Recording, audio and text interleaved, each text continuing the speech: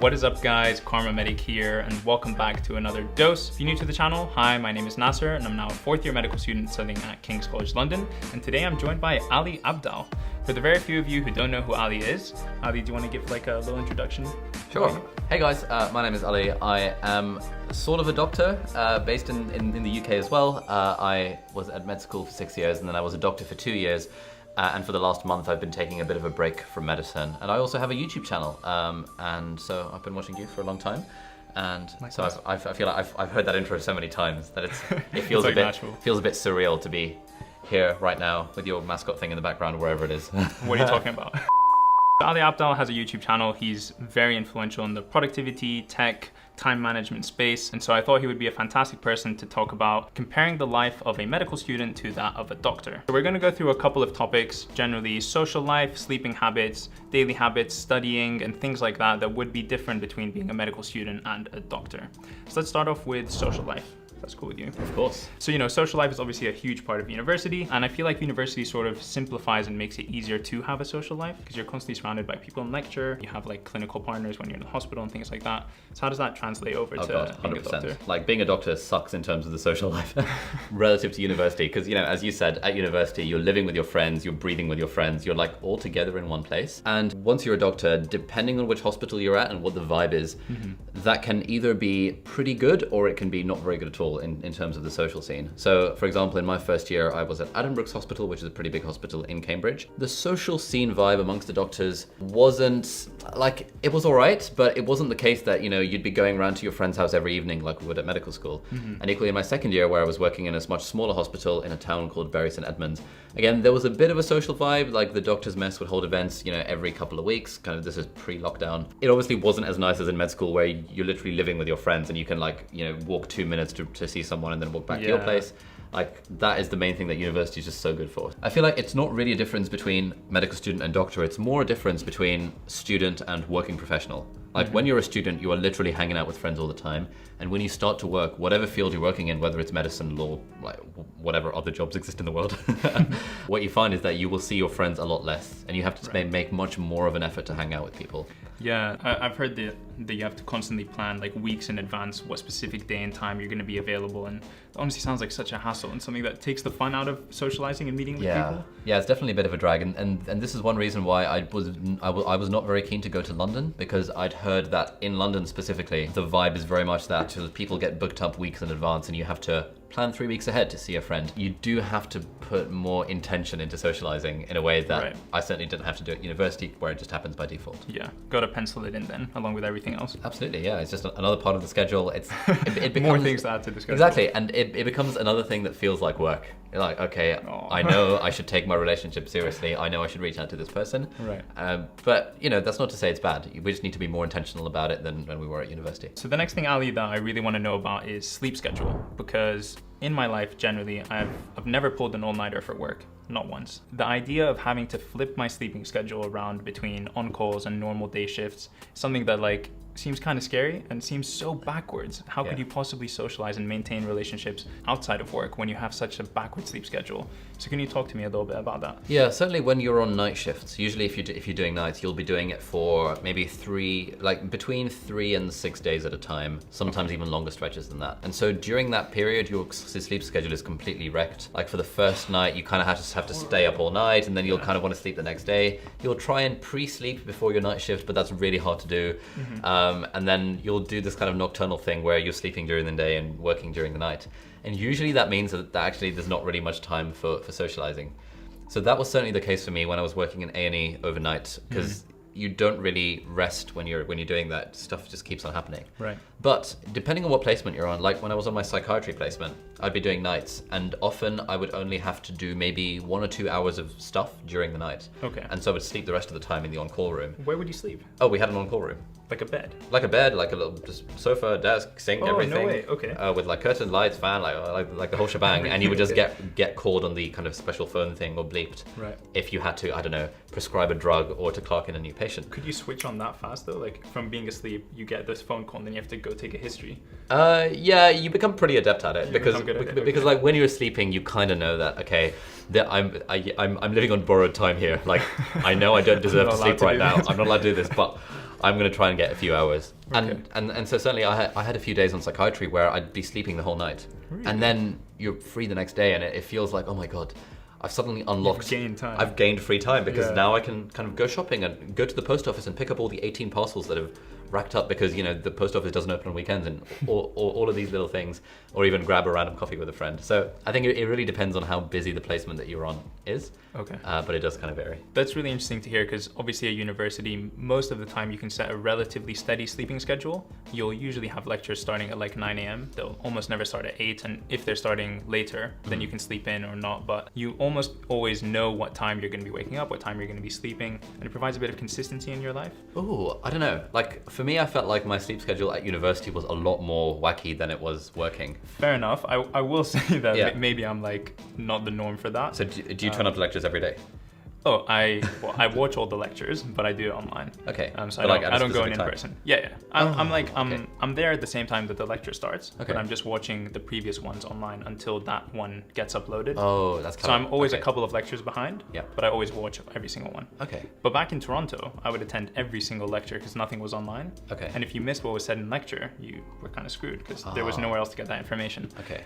So yeah, I did attend every single lecture for sure. Damn. And so I had a really good So sleep you had schedule. a decent sleep schedule. I've always had a good sleep schedule, yeah, like 7 hours and then I'm good. Yeah, for me, working life was more like that because even though we do have night shifts, usually it's like, I don't know, at the very worst, it'll be maybe 1 week every month or 1 week every 2 months. So actually for most of the time, you have a reasonably solid schedule. And for me, for the last 8 months, I was on obstetrics and gynecology. Thanks to COVID, didn't swap over as we normally do every 4 months. Yeah. But we didn't have any nights for that. So it was pure daytime work. And so I would, every single day, without fail, I'll be waking up at 6:30 to get into work by 8 a.m. Whereas at university, you know, going into lectures is optional.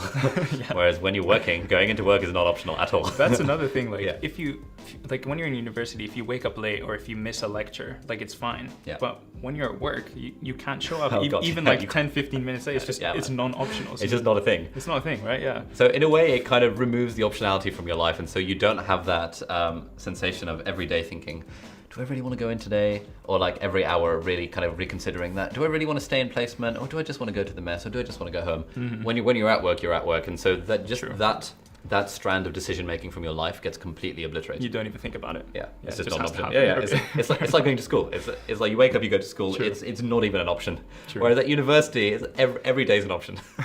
So moving on to sort of technology or apps or things that we use to keep us productive while we're in medical school.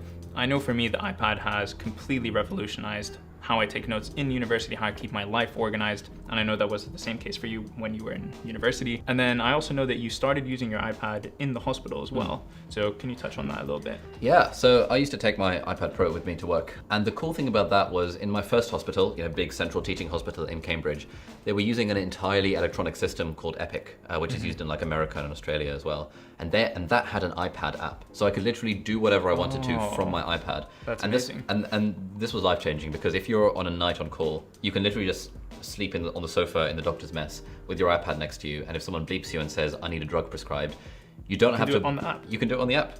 Oh, you don't have to log into a computer, right? No, it mimics the computer thingy on your iPad, so you can just like literally do everything from the iPad. Okay. Equally, when I was on surgery and we'd be doing ward rounds at 7 o'clock in the morning because the surgeon has to rush off to theatre, and you're going around different wards in the hospital, there is a significant ball ache to trying to find a computer, logging in, blah, blah, blah, blah, blah, blah. But I would just take my iPad with me, and therefore I'd perch on the bedside and just type up, and they'd be like, oh, damn. This is actually like genuinely making the whole team more productive. And so did you use it for the full 2 years? I used it for the first year where we had this electronic system. In my second year, we didn't have an electronic. We had an electronic system, but it was a bit more archaic. It was a bit more Windows 95. You couldn't use the actual iPad. I couldn't use the actual iPad. I'd still take my iPad with me because, for example, I have this thing called productive downtime, which is when you're a doctor, like there are lots of moments of downtime throughout the day, like half an hour here and there, where you're waiting for blood results to come back, or you know, you've got a breather where you just happen to not have any patients coming in to see you for that half an hour window. If I had my iPad with me, I'd find that I'd be able to bash out like a script for a video or something like that. True. And so that was sort of my productive procrastination when I was at work. But I didn't use it for medical stuff. That's actually very similar to how I feel now when I'm on placement, because you know, when you're on placement, you have like pockets of learning that happen throughout the day. It's very like spontaneous and it's not really that planned. And so anytime I can, I'll pull out my iPad and try and do something, whether that's like updating my portfolio or like reviewing like a clinical exam that I need to do or something like that. That's very good of you to say like, that. no, or working on like YouTube scripts and things like that. Yeah, a healthy mix of both. It is. But it's like, how much of the line are you going to toe here? The only thing I do at work is work on my portfolio, I think is the technical thing you're supposed to say. I do both. I do. But yeah, no, when I'm at the hospital, I try and get as much work as I can done there, because once I go home, that's when I enter like YouTube mode. Or like extracurriculars or social life. So I try and get work done while I'm still there. So something I've been thinking about a lot now that I'm in 4th year is how my role in the hospital has changed as a medical student. So in my 2nd year and 3rd year, when I show up at the hospital and introduce myself as a 2nd or 3rd year medical student, you know, people wouldn't really want you to get involved, and they know that you're almost more of a burden than you are a practical and useful part of the team. And then now when I show up to the hospital and I introduce myself as a 4th year medical student, suddenly eyes light up and they're like, oh, okay, you can actually help me. You can write in the notes now, you can go do an exam for me and report that back. Obviously it makes sense that every year you go up in medical school, you gain more responsibility. But obviously as a doctor, all the responsibility actually falls on you. You're not really, I mean, you're still reporting to people, but you do have things that you are directly in charge of. Yeah. So can you talk about like what that transition is like? Because I'm scared. I'm scared to go from 5th year to an F1. Yeah, it's definitely daunting initially. And the sort of, I was laughing a bit at what you just said, because for us, like the first year of clinicals is 4th year. And so if someone says they're a 4th year medical student, you assume, okay, this person knows absolutely like less than nothing, and you have to start from ground zero. Definitely that transition of responsibility is a big one. And the weird thing is that I think that shift of when you're a final year medical student to when you become a doctor, there is no difference at all in terms of your knowledge or anything like that. In fact, you probably know more things as a final year medical student having just passed exams. You just did the exams, yeah. You probably know more medicine than I did because you just passed the USMLE. Yeah, exactly. But when you have that responsibility, you kind of grow into the role that you have responsibility for. Okay. And so I think if you're on a team whereby the registrar, the senior, is holding your hand a lot, then you do feel a bit less involved. Whereas certainly I found that where like on days where I was the one who had to check up all the bloods and make sure everything was okay, I was the one, sort of the only one who was going to write these 8 discharge letters. Right. Having that responsibility makes the job itself a lot more fun. And I kind of joke about how being a medical student is less fun than being a doctor. When you're actually at work, being a doctor is quite fun because you are responsible for this thing happening. And obviously you've got like senior support and stuff if you need it, and you're out of your depth. But when you're the one who has to do it, then you end up just doing it. You know, if you tell me a patient's name, I'll be able to recite their blood results for you, because when you have that responsibility, you just switch into that mode of knowing what's going on. That's a good point, because I'm always asking myself, like, how do these doctors know who is in what bed and what their heart rate was, their blood pressure, their blood results? And I'm like, I was there with you. I was on that ward round trying to follow along, and I can't remember it. But I guess it's the same with like driving. Like if you're the one driving to a destination, you'll remember how to get there. Whereas if you're a passenger sort of observing, you won't necessarily pay attention to that. Exactly. Yeah. And this was something that used to baffle me as well. Like, how the hell does it, what's this patient's creatinine? How do you know that it's 497? But then when I'm in that position where I'm the only one who knows, of course I know it's 497. It's just one of those magical feelings where responsibility leads to you kind of growing into the role. Yeah, I mean, I'm really looking forward to it, honestly, and I'm excited to move from sort of the observing position to actually doing. Yeah. And I think that's when it's going to become the most fun and the most engaging and everything. And you're into teaching and stuff, so when you get your baby medical students, you can send them off and do stuff, and you'll empathize with the role of a medical student, so you'll actually get them involved in doing things. Absolutely. Rather than treating them as an accessory. Nice. Yeah, I've promised myself I'm going to involve medical students as much as I possibly can. Yeah, and certainly I found that any time I have students, I feel like, yes, I have another team member with me. I'd be like, right, I find that when you give them responsibility, that it's your job to take the history and come up with a plan, tell me what's wrong with this patient. If you don't know, Google it, and then we'll take it from there, because I'm busy doing something else. And the feedback I've gotten is that they really appreciate having that responsibility thrust on them, as it were. We're almost looking for times when someone senior tells us to do something, because it's so much more difficult. There's so much friction in putting yourself out there and asking to do that thing.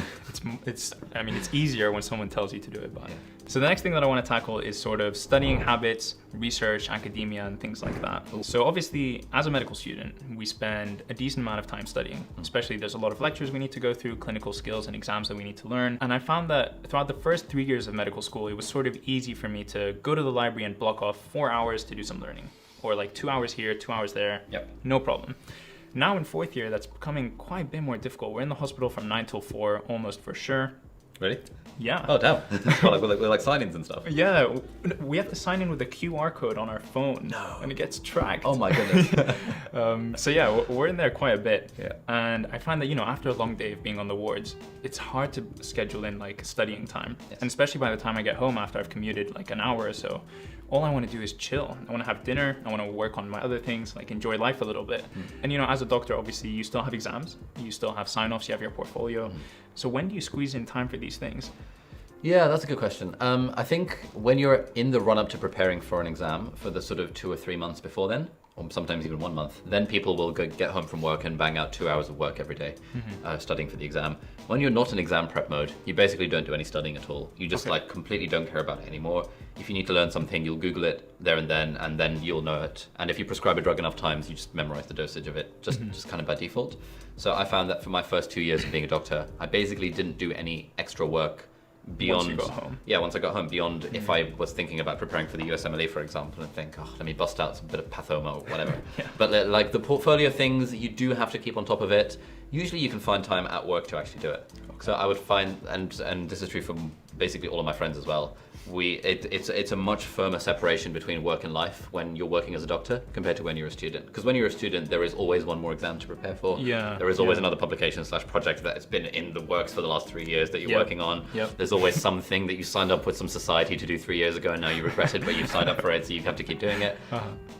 Like the work is never ending when you're a student, but when you're a doctor, you come home and you can switch off. That's true. That's a really good point, that once you leave the hospital, you don't have an exam to study for most of the time. You don't have any like extra homework to do or like research for a quality improvement project or something. Yeah. So yeah, I'm actually really looking forward to that, when you can draw a line in the sand and sort of move into relaxation mode. It's quite nice. So moving on to extracurriculars, so things like exercise, hobbies, and things like that. We're obviously both quite heavily integrated into this whole YouTube thing. Yeah. We're pretty committed at this point. Pretty committed. So yeah, that's something obviously that for me, it's like a non-negotiable in my life. I know you've talked about this non-negotiable idea before. A YouTube video has to go live every Thursday at 8:30 a.m. Like pretty much no matter what, unless I've given myself a very good reason for why I'm taking a break. Okay. And similarly with exercise, you know, every 2 days I have to do exercise, whether that's gym, running, like whatever it is, basketball, it has to happen. Does that translate well to when you're a doctor? Or do things just come up and you run overtime, like you're supposed to finish at 5, but then you don't? How do you organize all of that and make sure it still happens? Again, this kind of depends on which placement you're on. Okay. For some of my placements, I would finish at 5 p.m. on the dot. And so I would know that, okay, it takes me half an hour to drive home. I will be able to get to squash club every Tuesday without fail at 6 p.m. And then that is kind of scheduled into my life.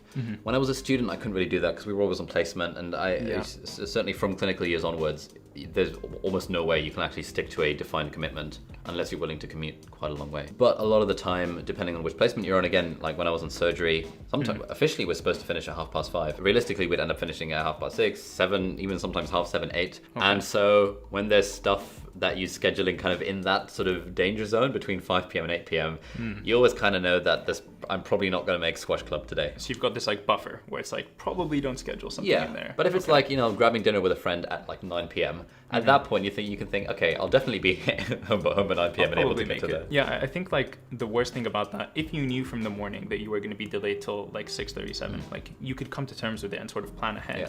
But the worst thing is like halfway through the day or towards the end of the day, extra work comes on and then you realize you have to stay later. Oh mate, the worst thing ever is when the consultant rocks up at 5:30 when you're due to leave and says, right, let's do a board round where we go through all the patients, or even worse, let's do a ward round where we go around all the patients for a second time, and you're like, oh no. And then that generates more jobs, and you think, oh crap, I need to discuss this urgent CT scan with radiology, and the night team's not getting in until 9 p.m, and I can't leave because there's no one else to do this, and then you stay behind because... So whilst in medical school, you know, you're sort of obliged or supposed to be watching lectures or in clinical placement from Monday to Friday. And then when the weekend comes, Saturday and Sunday, you have absolutely no obligation to do anything for medical school unless you're working on some sort of extracurricular project or studying for an exam. As a doctor, sometimes you're working Saturdays and Sundays, and sometimes you're working Friday, Saturday, Sunday, Monday. So how does that work in terms of rearranging your other parts of your life, your social life, because everyone else is free on the weekend? Yeah, this is probably one of the worst parts about having a job that makes you work weekends and nights and stuff, is that inevitably a friend says, you know, do you want to go to Cornwall on the 14th of September? And your response is, right, let me just check my rota. You're like, look, oh crap, I'm on call that weekend. Right, I know John's on call the weekend before, I know Sally's on call the weekend after, I know that he's busy. There's basically no chance I'm gonna be able to swap that because you can only request leave for stuff where you're not on call. And so if you're on call at a given date and you want to get leave on it, you have to swap it with someone for a normal day, and then you can get leave on that day. And so this is like a real huge negotiating act. What me and some of my friends used to do, and still do, is that at the start, once we've all got our rotas, we would send out a doodle poll and be like, right, which weekend is everyone free on? Nice. And then we'll arrange a holiday, book the Airbnb, people can request leave 2 or 3 months in advance. That's a great idea. At that level. But Nice. there's so many birthday parties I've missed because I've been working. So many things I wanted to go to in London, so many like magic lectures. So sad. It's like, yeah, you just can't go because you're like, well, I could maybe get to London for 7 p.m, but what if I finish later that day? There's no way I'm gonna make it, and therefore I don't want to commit to it. Fair enough, fair enough. Okay, Ali, so I think that's everything that I wanted to ask you and everything that I wanted to discuss. Just to end this video, I wanted to ask if you have one piece of wisdom or one piece of advice that you could give to a 4th or 5th year medical student, what would you say? Oh, man. What I'd say is that happiness is not found on the next rung of the ladder. Like, you really want to enjoy the here and now because the here and now is all that we have. And when you're a medical student, if you're in that mode where you're thinking, oh my God, med school sucks, I hate it, I can't wait to be a doctor, I basically guarantee you're going to hate being a doctor as well.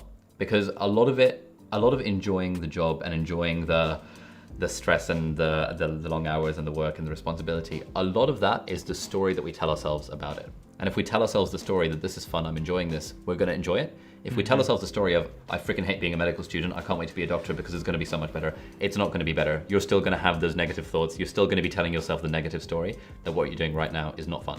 And so I couldn't agree more. That's what, please don't believe the myth that, when you become a doctor, suddenly you'll be happy, because that's just not the way forward. Be happy right now, enjoy your time, and you'll be a doctor and you'll absolutely smash it. Yeah, that was excellent.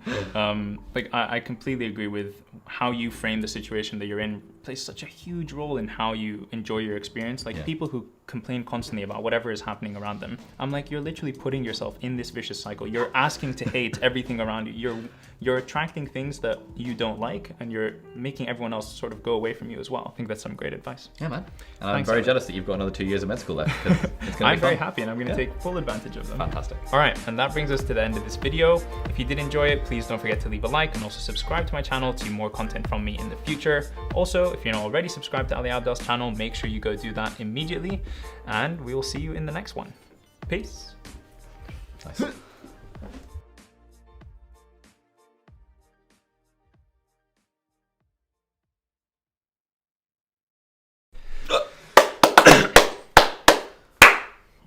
Nice.